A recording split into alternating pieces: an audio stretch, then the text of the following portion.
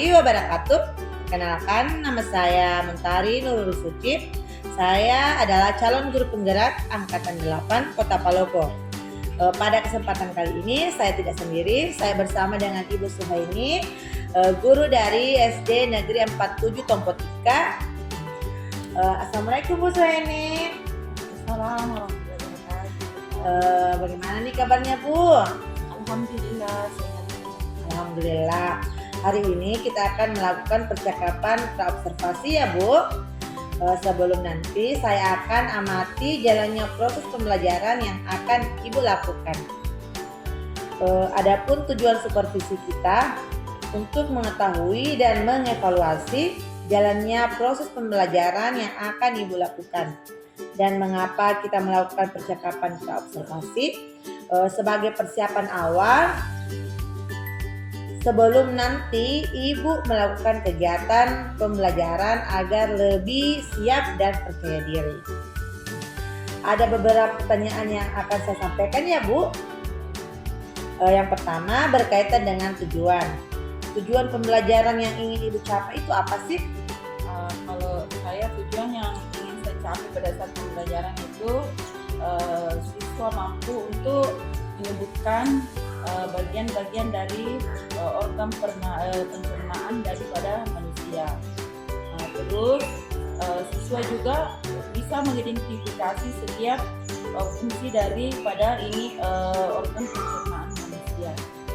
Terus siswa juga bisa menjelaskan proses pencernaan pada organ pencernaan manusia. Terus siswa juga mampu untuk menyebutkan gangguan yang terjadi pada proses pencernaan manusia. Oke, jadi ada 4 tujuan pembelajaran yang akan Ibu Suhaini capai ya. Bagaimana dengan area pengembangan yang ingin Ibu capai? Area yang ingin saya capai itu dari aspek kognitif dan keterampilan. Nah, di mana di bagian aspek kognitif ini saya ingin siswa itu mampu untuk menyebutkan atau menuliskan bagian-bagian dari alat pencernaan manusia.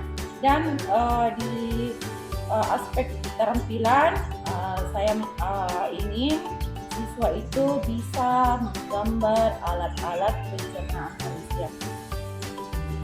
Oke Bu, dari aspek yang ingin dicapai itu ada aspek keterampilan dan aspek kognitif ya Bu.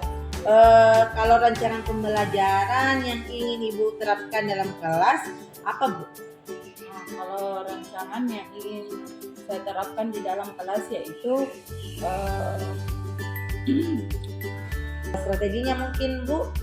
Ya, jadi strategi yang ingin saya terapkan di dalam kelas mungkin strategi yang berdiferensiasi karena memang terlihat siswa saya itu berbeda-beda kemampuannya, jadi memang saya harus menerapkan metode itu. Kalau model atau metode yang ingin Ibu terapkan apa?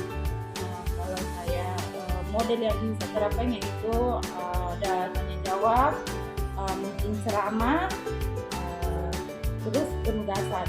Oke Bu. Nah, bagaimana dengan media yang akan Ibu gunakan? Kalau dari pembelajaran yang ingin saya ajarkan itu, jadi media yang ingin saya gunakan itu berupa gambar sistem pencernaan pada manusia melalui LCD yang bisa saya tampilkan di atas, di depan. Itu siswa lebih melihat langsung bagaimana proses pencernaan pada manusia. Jadi kapan Ibu akan melakukan pembelajaran tersebut? Insya Allah pembelajaran ini akan saya lakukan besok di hari Selasa. Jadi kita ketemu besok ya Bu. Saya akan ke kelas Ibu untuk mencatat dan melihat hal-hal apa yang terjadi dalam kelas Ibu. Nanti setelah Ibu melakukan kegiatan observasi, kita akan melakukan percakapan pasca observasi ya Bu, yang juga akan didampingi oleh pengajar praktik. Sebelum kita mengakhiri, apa yang Ibu dapatkan dari percakapan kita hari ini Bu? setelah kita melakukan percakapan seperti ini, ya mungkin saya dapatnya adalah sedikit gambaran yang akan besok saya sampaikan ke siswa-siswa tentang bagaimana supaya organ pencernaan manusia itu, alat-alat pencernaan pada manusia itu, anak-anak bisa lebih paham dengan cepat dengan adanya observasi seperti ini. Baik Bu, terima kasih Bu untuk waktunya bisa melakukan percakapan observasi. Sampai jumpa lagi Bu dalam kegiatan observasi besok. Demikianlah kegiatan kita hari ini. Sampai jumpa di kegiatan observasi dan percakapan pasca observasi.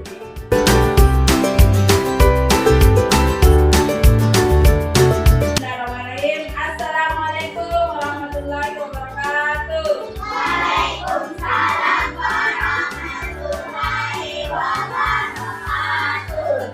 Oke, bagaimana kabarnya hari ini?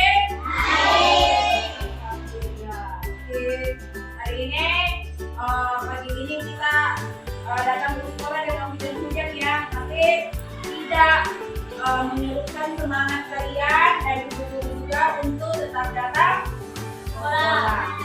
Oke. Sebelum kita mulai pembelajaran, ketua kelas pimpin doa dulu nak, silakan.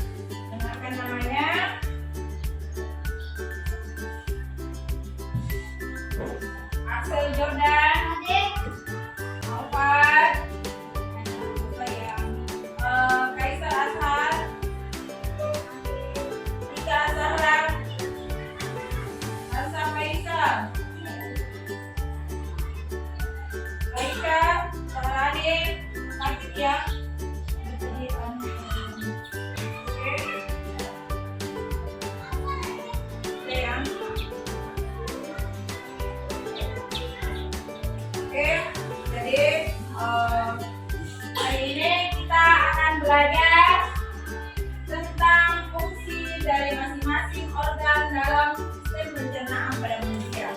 Yang dimana ini sudah kita masuk di tema 3. Tema 1. Oke, jadi kita sudah masuk di pembelajaran 2. Jadi makanan itu menjadi apa setelah masuk di dalam tubuh kita. Oke, jadi kira-kira apa yang terjadi pada saat selesai dimakan? Kira-kira jadi bagaimana itu makanan di dalam? Hah? Ada yang bilang hancur, ada yang lain. Kira-kira bagaimana itu makanan di dalam setelah kita makan? Ada yang tahu? Kira-kira seperti apa itu makanan pada saat sudah masuk ke dalam tubuh.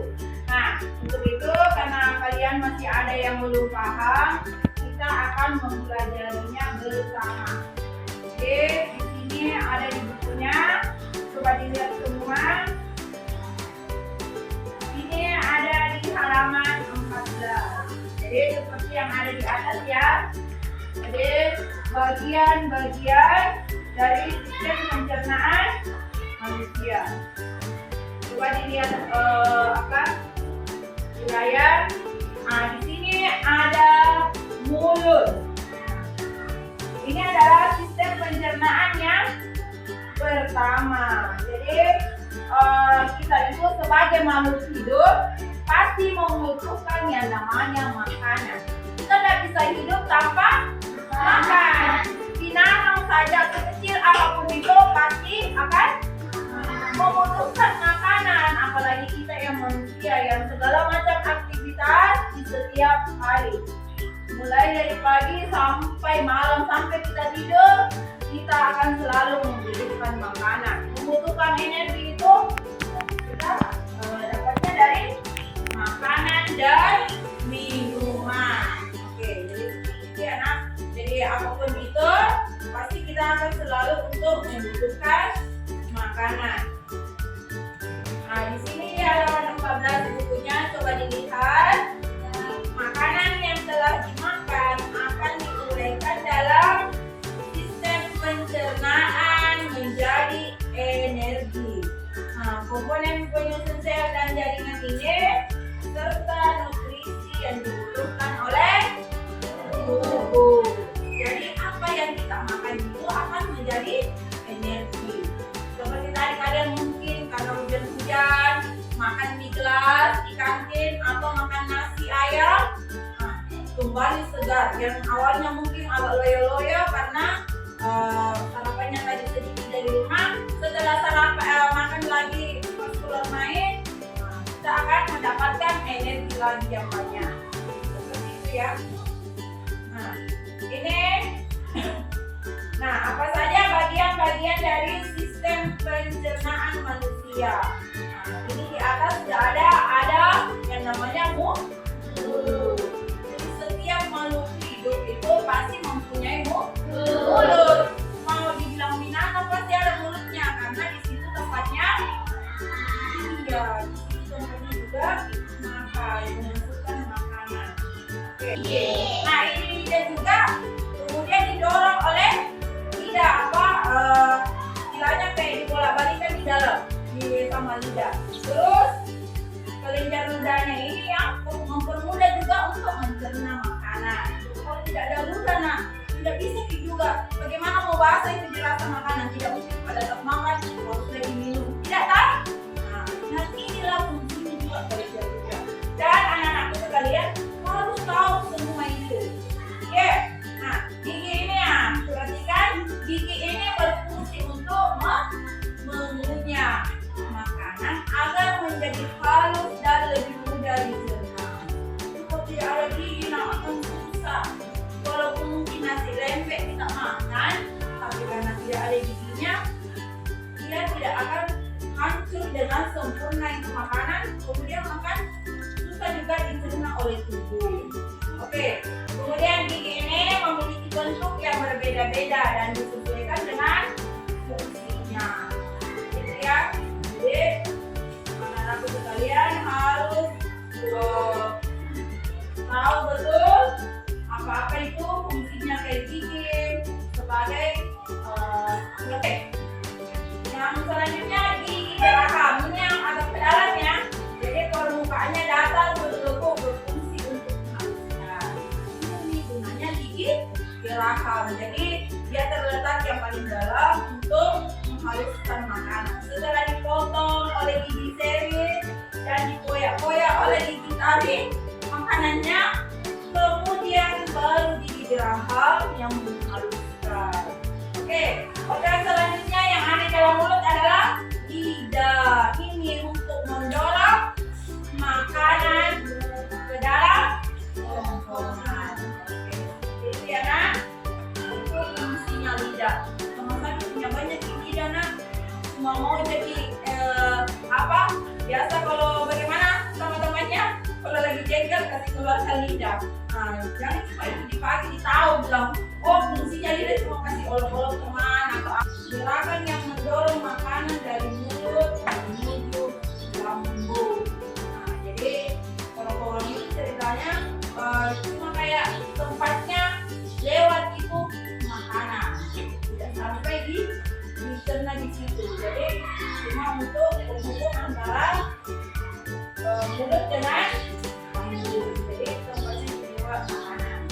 Oke, yang selanjutnya ini adalah lambung. Jadi perhatikan bukunya di sini ini lambung. Perhatikan.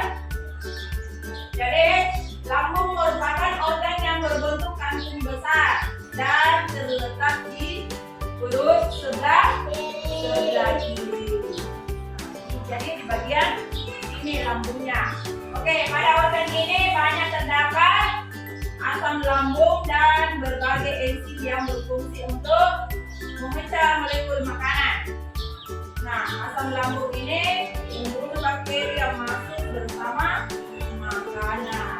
Jadi ternyata itu asam lambung juga dia membunuh bakteri yang masuk ke dalam lambung. Kan biasanya orang dibilang mungkin nggak mules-mules perutnya karena dia makan makanan yang mengandung bakteri. Tapi dia tidak sadar mungkin jajan-jajan yang di luar yang tidak tertutup akhirnya kena bakteri, tapi di dalam lambung ini akan dimatikan oleh enzim apa yang ya. Oke. Lanjut ya.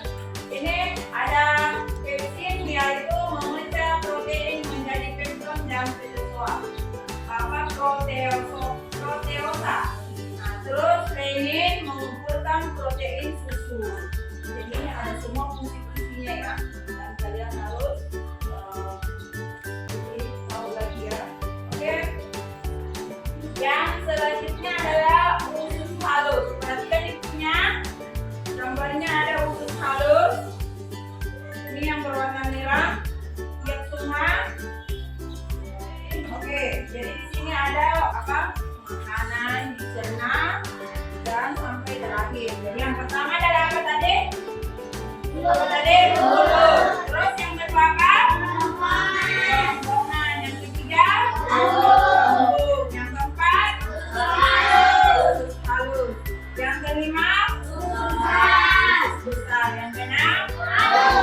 Oke, yang keenam adalah halus. Oke. Jadi di sini adalah berbagai macam alat pencernaan pada manusia. Oke, ada yang mau bertanya? Aditya, ada pertanyaan? Silakan bertanya. Nansa. Jadi ini adalah proses dari sistem pencernaan manusia, mulai dari memasukkan makanan ke mulut, kemudian mengunyah makanan dengan gigi, terus proses penelan makanan di kerongkongan, selanjutnya proses pemecahan makanan dari zat yang kompleks menjadi molekul-molekul yang lebih sederhana dengan bantuan enzim yang ada di lambung. Selanjutnya adalah proses penyerapan sari-sari makanan yang terjadi di usus halus. Kemudian yang terakhir adalah proses pengeluaran sisa-sisa makanan yang sudah tidak diperlukan oleh tubuh melalui organ. Oke, nah karena kalian sudah pada paham, itu sudah dijelaskan banyak lebar tentang sistem pencernaan pada manusia. Sekarang Ibu akan kasih tugas, silahkan digambar sistem pencernaan manusia, bagian-bagiannya, kemudian apa fungsi mulut, apa fungsi kerongkongan, apa fungsinya lambung, usus halus, usus besar dan halus. Silahkan digambar, kemudian tulis apa fungsinya masing-masing. Oke? Sudah paham tugasnya? Ya, silahkan ditulis di buku tugasnya. Silakan.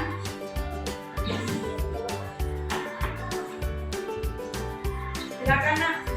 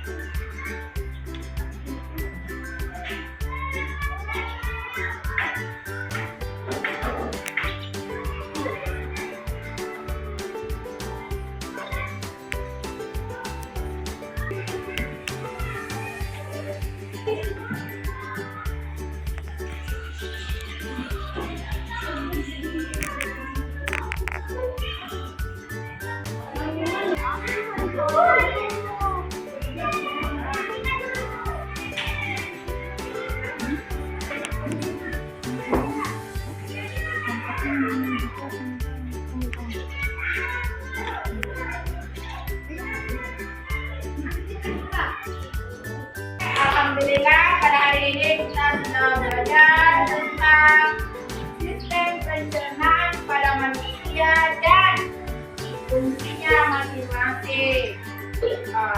Oke, alhamdulillah pada hari ini kalian sudah pada paham ya tentang sistem pencernaan pada manusia. Ada yang bisa menyimpulkan sebelum kita tutup pembelajaran hari ini? Siapa? Oke, Ananda Aditya, silakan. Apa yang bisa disimpulkan pada hari ini? Oke, boleh di depan. Apa yang bisa disimpulkan tentang pelajarannya hari ini? Silakan.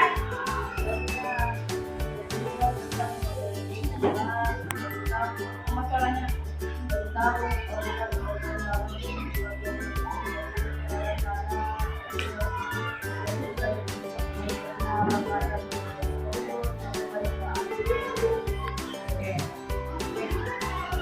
Oke, terima kasih. Bersama Aditya. Oke, tadi ya kesimpulan yang sudah akan kita pelajari tentang organ atau sistem pencernaan pada manusia. Nah, Ibu Guru akan kasih PR yaitu membuat poster sistem pencernaan. Oke, jadi itu PR-nya di rumah insya Allah akan diberikan minggu depan. Terima kasih atas perhatiannya untuk Anda semua. Ibu Guru tutup. Assalamualaikum warahmatullahi wabarakatuh. Waalaikumsalam warahmatullahi wabarakatuh. Mari silakan ditutup semua bukunya.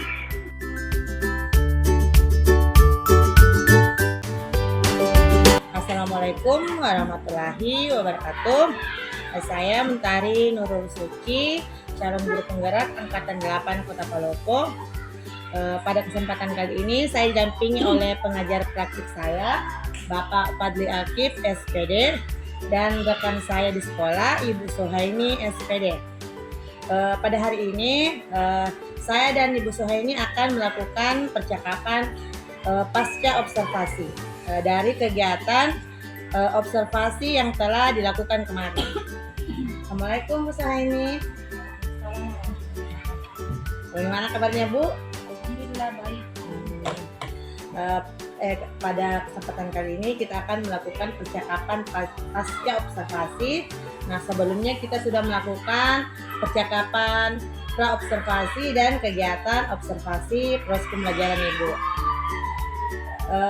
Sebelum saya melakukan pertanyaan Bu, nah, bagaimana perasaan Ibu setelah melakukan observasi kemarin? Alhamdulillah kemarin sudah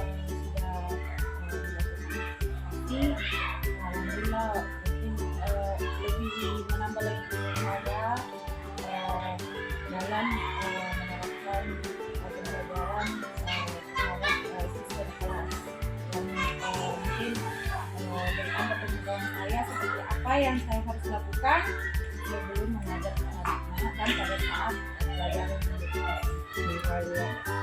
Nah, dari kegiatan observasi kemarin, plus pembelajaran kemarin, menurut Ibu apa kekurangan atau tantangan yang dihadapi Ibu Suhaini selama melakukan proses pembelajaran?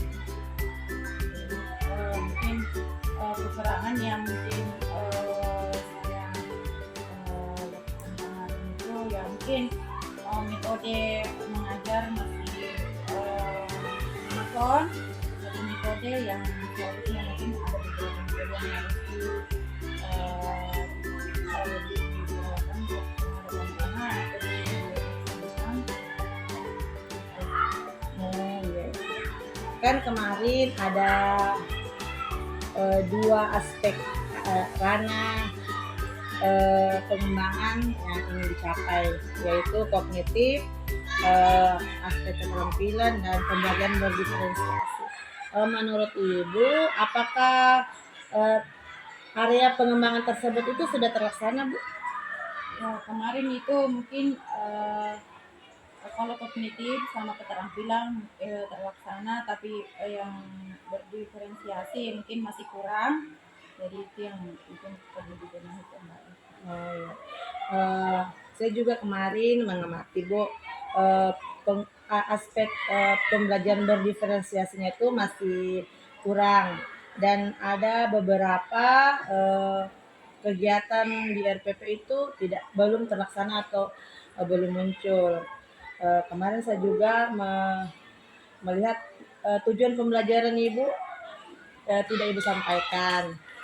Mungkin juga tadi Ibu bilang pembelajaran monoton, ya.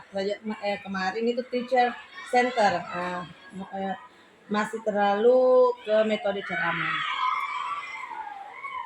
Kalau aspek keterampilan kemarin saya sudah lihat sudah muncul sudah sangat baik karena anak-anak itu sudah bisa mampu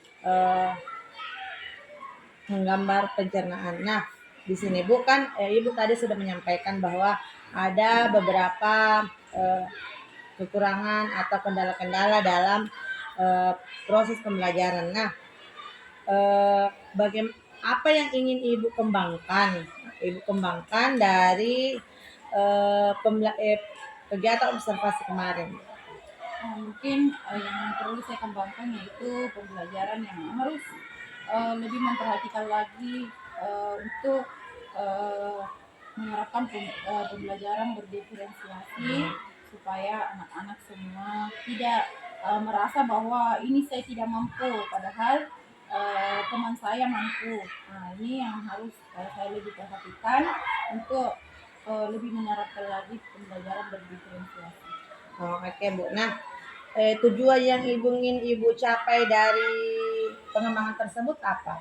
Ya, tujuan yang saya capai itu anak-anak dia bisa tahu semua, bukan sekelompok anak saya atau siswa saja yang ada di kelas, tapi mungkin hampir semuanya sudah bisa paham pembelajaran yang diberikan.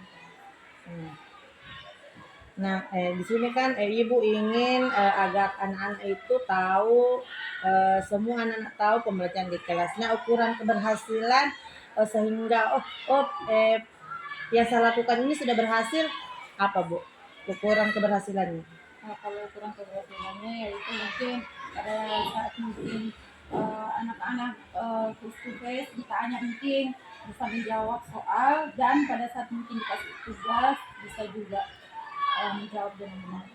Misalnya dari angka 1 nih Bu sampai 10. Nah, di angka berapa Bu sudah Ibu menganggap pembelajaran saya ini sudah berhasil? Mungkin 8 atau 9. Nah, apa yang bisa mendukung Ibu ini agar pembelajaran berdiferensiasi ini bisa tercapai?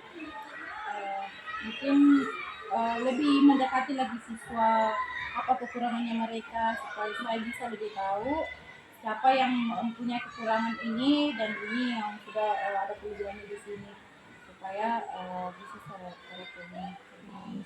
Kalau di sekitar di sekolah ini Bu, adakah yang bisa membantu Ibu Suha ini dalam mengembangkan pembelajaran berdiferensiasi? Ya, ada anak kecilnya yang. Nah, untuk kegiatan pembelajaran berdiferensiasi ini, kapan ya Ibu Suha ini akan melaksanakannya?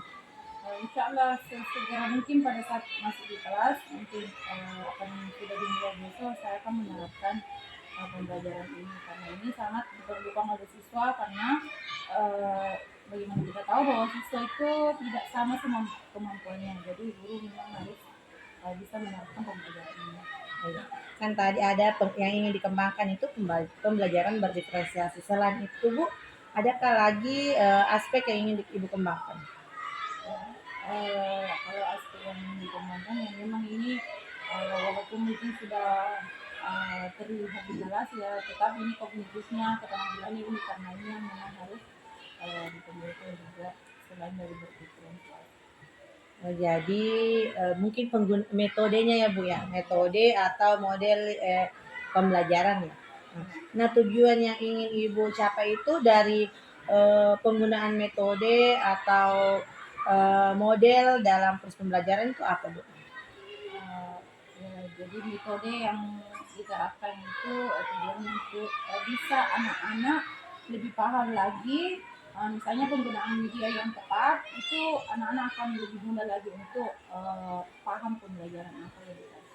Oh, jadi dengan penggunaan metode model itu anak-anak bisa lebih paham ya Bu. Nah, ukuran keberhasilannya itu Bu seperti apa? Nah, misalnya kayak kemarin kita melakukan observasi, saya melakukan menggunakan media misalnya media LCD, anak-anak sudah bisa dari aspek keterampilannya sudah bisa menggambar alat pencernaan pada manusia. Nah, oh, jadi anak sudah bisa mengaplikasikan dari apa yang Ibu berikan ya. Kalau ukuran keberhasilannya 1 sampai 10 di angka berapa Bu? Sudah Ibu anggap oh sudah berhasil. Oh, 9. Nah, yang mendukung Ibu dalam menerapkan metode dan model ini apa Bu? Yang mendukung contohnya Bu, adakah Ibu mengikuti workshop kah atau membaca buku-buku tentang metode kah atau bisa diskusi apa? Yang buku itu banyak ya, terutama sekarang kan kita di kurikulum merdeka, banyak di PMN itu banyak pelajaran di dalamnya, mau metode apa mau dipakai sama anak. Terus memang yang mengikuti pelatihan juga sangat penting supaya kita lebih bisa lagi untuk menerapkan pembelajaran yang Nah, kapan Ibu akan menerapkan metode dan model bervariasi tersebut? insyaallah mulai besok insyaallah bisa diterapkan. Selain itu Bu masih ada yang ingin dikembangkan Bu? Banyak ya sebenarnya, yang terutama juga karakter anak-anak ini yang mungkin sekarang ya sudah tahu kondisi sekarang seperti apa, yang banyak media anak-anak sudah digabung media sosial ya, mungkin karakternya akan sangat menurun karena mereka itu lebih, kalau di rumah mungkin ya lebih banyak nonton HP, dan ini akan pasti sangat berpengaruh sama karakter anak-anak. Ya, mungkin itu kalau di sekolah atau di kelas ya itu yang mungkin yang paling utama yang saya harus kembangkan, bahwa tidak penumbuhan karakter anak-anak itu ya harus memang untuk sangat-sangat diperbaiki untuk masa depan mereka juga ya, karena banyaknya penggunaan mungkin HP di rumahnya. Nah, aspek yang Ibu capai itu karakter. Anak-anak bisa lebih memperbaiki karakternya karena banyaknya hal-hal yang dari luar. Nah, ukuran keberhasilan Ibu itu seperti apa? Ya, kalau ukuran keberhasilan dari sisi karakternya mungkin anak mungkin lewat di depan orang tua sudah permisi atau berbicara sama orang yang lebih tua ataupun mungkin teman saudaranya lebih bersopan seperti itu. Nah, adakah pendukung atau hal-hal yang mendukung sehingga Ibu bisa menerapkan pembiasaan karakter ini? Ya, mungkin dari pertamanya dari mungkin saya sendiri dulu sebagai seorang guru ya harus memperlihatkan karakter yang baik terhadap siswa. Kemudian memang akan selalu disampaikan, misalnya berinteraksi sama temannya, terus mungkin dilihat sesuatu yang ini mungkin keliru, cara berinteraksi sama temannya langsung ditegur supaya mungkin pada hari ini tidak berubah tapi mungkin besok bisa dan seterusnya.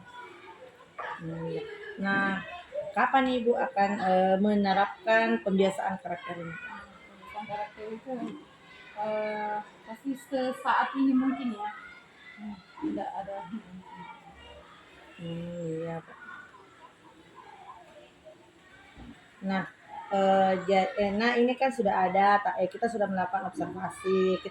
Ini Ibu juga sudah menyebutkan rencana atau pengembangan diri yang akan Ibu lakukan. Nah, rencana tindak lanjut dari observasinya Bu, dari rencananya Bu apa? Rencana tindak lanjut yang mungkin saya yang kemarin pada saat observasi mungkin ternyata sadar bahwa kan banyak banyak sekali kekurangan yang saya lakukan. Jadi insya Allah kedepannya akan lebih mengembangkan lagi, mulai dari mungkin metode mengajar, terus apa yang perlu dikembangkan dari aspek apa lagi. Terus mungkin penerapan karakternya juga anak-anak ini juga yang bisa kembangkan, lebih dikembangkan lagi. Oh iya ya. Nah, tadi dari hari Senin kita sudah melaksanakan percakapan praobservasi. Kita sudah juga kemarin melaksanakan kegiatan observasi dan hari ini kita sudah melakukan percakapan pasca observasi. Nah, dari kegiatan ini Bu, apa yang Ibu selain rasakan pada saat di coaching nih? Nah, lumayan sih juga mungkin ada perbedaan sedikit, tapi lebih banyak ke ya ternyata seorang guru memang harus seperti ini. Jadi lebih banyak diambil sisi baiknya pelajaran bahwa eh, apa ilmu di sini pokoknya guru itu harus lebih banyak lagi belajar, jangan pernah berhenti belajar karena kita seorang guru ya setiap hari akan mengaplikasikan apa yang kita sudah pelajari.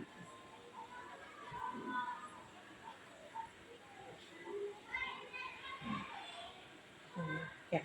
Nah, mungkin itu kegiatan percakapan pasca observasi kita, Bu. Terima kasih atas kesempatannya untuk melakukan kegiatan mulai dari kegiatan praobservasi, kegiatan observasi dan kegiatan pasca observasi. Semoga Ibu bisa menerapkan rencana-rencana pengembangan yang telah Ibu rencanakan. Dan saya beri kesempatan kepada Bapak mungkin untuk memberikan umpan balik ke atas proses coaching yang telah kami lakukan. Alhamdulillah tadi sudah dilaksanakan percakapan coaching dengan Koci, yaitu salah seorang guru rekan sejawat di SD 47 Tompotika. Nah, tadi dari alur percakapan sudah menggunakan alur Tirta. Kemudian juga dari tujuan percakapan sudah disampaikan sejak awal, yaitu sebagai bagian dari proses observasi yang sudah dilakukan di dalam ruangan kelas. Nah, yang terlihat tadi dari percakapan coaching ini, yang pertama sudah timbul percakapan dua arah dari rekan sejawat yang nampaknya banyak berbicara. Jadi itulah salah satu proses coaching, yaitu ketika bukan coachnya saja yang banyak berbicara, tapi coachnya juga banyak menyampaikan sebagaimana apa yang telah dilakukan sebelumnya. Nah, kemudian tadi juga pertanyaan yang digunakan itu sudah pertanyaan-pertanyaan yang menggali. Jadi saya lihat tadi sudah sangat banyak apa yang digali dari Koci dan semua sudah disampaikan dengan alur Tirta. Ya, sudah sangat baik. Kemudian ini yang tidak kalah penting, yaitu ada rencana tindak lanjut ya dari umpan balik juga yang sempat disampaikan tadi oleh coach.